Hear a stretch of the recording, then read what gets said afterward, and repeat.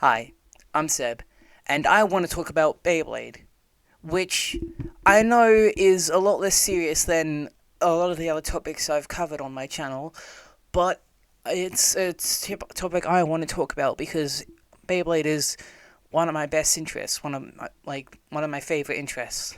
So yeah. So first of all, I want to say that respect to anybody's opinion, because your opinion is your opinion, and me personally, I don't really care about it. You can have it if you want. This is just my opinion on why Beyblade Burst is the best series. So, first of all, yes, they start out as just plastic with a bit of metal for weight, which, yeah, it kind of makes the battles a bit stale, but it does allow one thing, and that is gimmicks.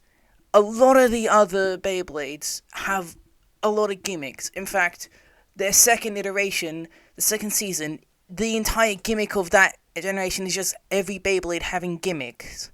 So, yeah, it's just the fact that they have a lot more gimmicks. It gives them a massive edge over every other iteration, every other generation, because well, the gimmicks are usually hit or miss. When they hit, they fucking hit, bro.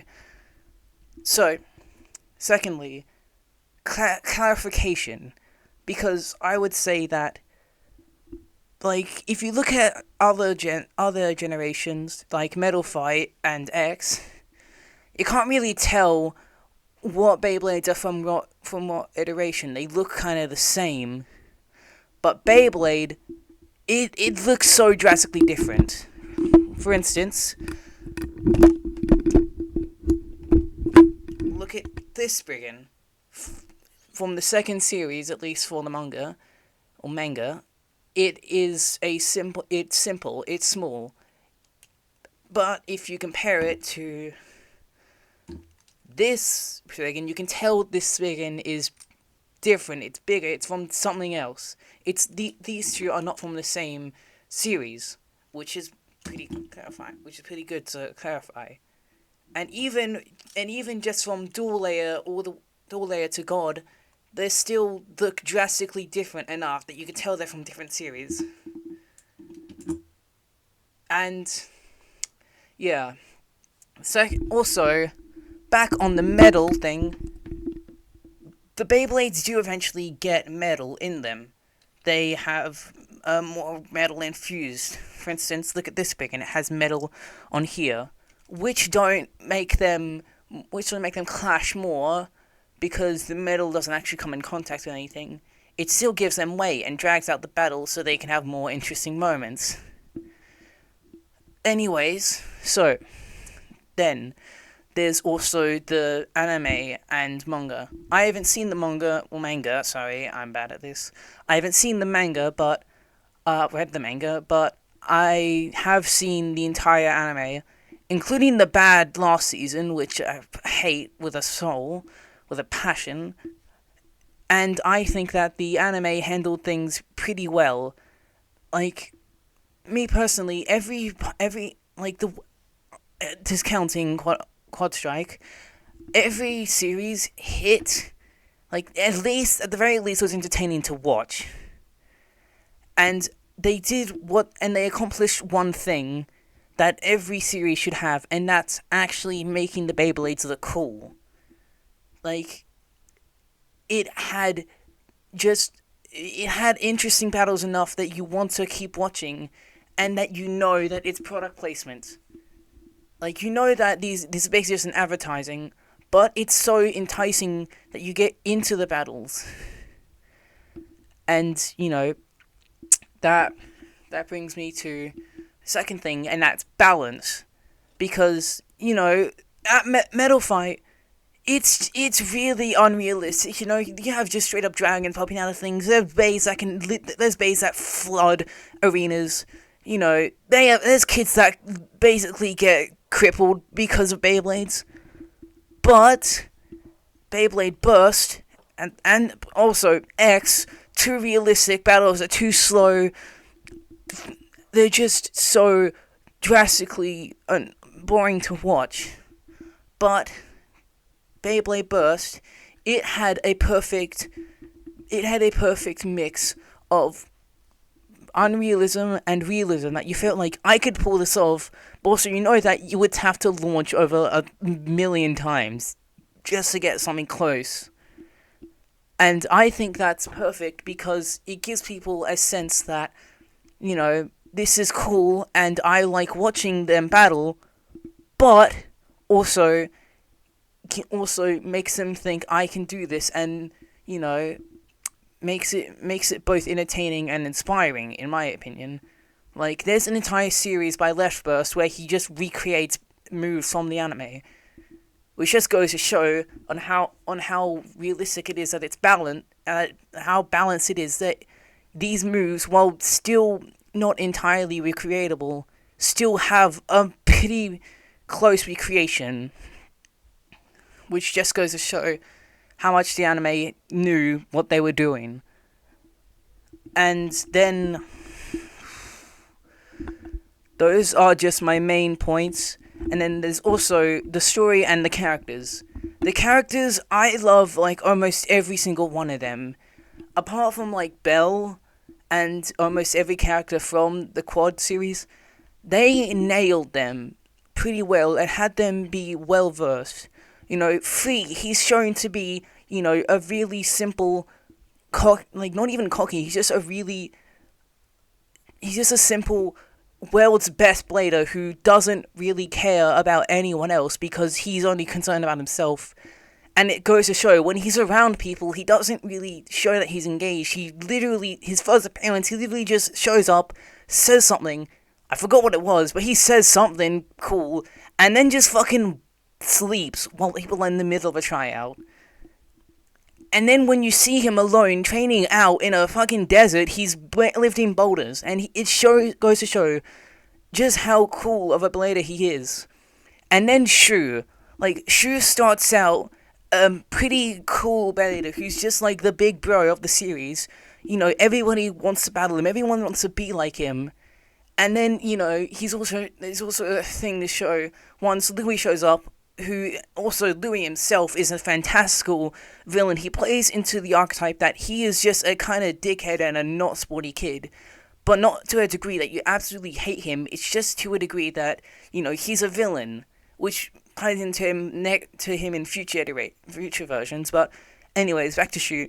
He's perfectly shown that both he is the top dog and also that there's bigger fish in the sea, and that, he can still be beaten. But he's still shown as, like, the GOAT. And then in the next series, things are different. And, it gives a lot more depth to both Louis and Shu, because Shu wants to get stronger to the point where it consumes him, and he joins the snake pit. He becomes, like, the actual villain, and he starts going around just terrorizing people with a fucking Beyblade. And then Louis shows up and absolutely destroys him firsthand, automatically knew that it was him behind the red mask, He knew exactly who Shu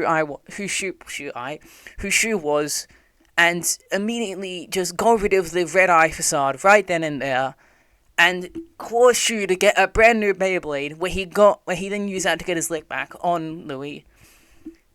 And then Louis himself is still shown to be this cocky guy who still is better, but you get a lot more depth into that. He is still pretty jealous because, he apparently lost to Free. And when he shows up and fights Free, he gets his lick back and actually beats Free De La Hoya. And even though he loses at the finals because of Shu and gets his Bay fucking destroyed, he still served his purpose in that showing that he's still, a strong character. Like, he's introduced as a strong character, which still gives you the sense that it's the same Louis from the first series, who's just powerful. But then it shows him losing that these other characters are stronger. It gives that power scale. And then, the next series, it brings us a new character who goes down, Iga, my absolute favorite character. Iga goes down a very different path and isn't just this beacon of hope, isn't just this, like, perfect blader and he's shown to be cocky. He's shown to be, this really cocky blader, and that's because he's just naturally good at Beyblade. He's just incredible at it.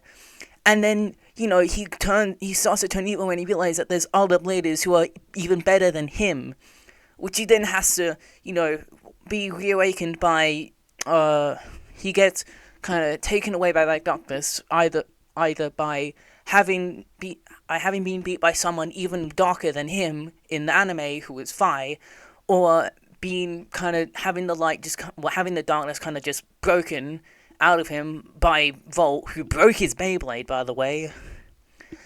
And it's just peak writing, almost all out.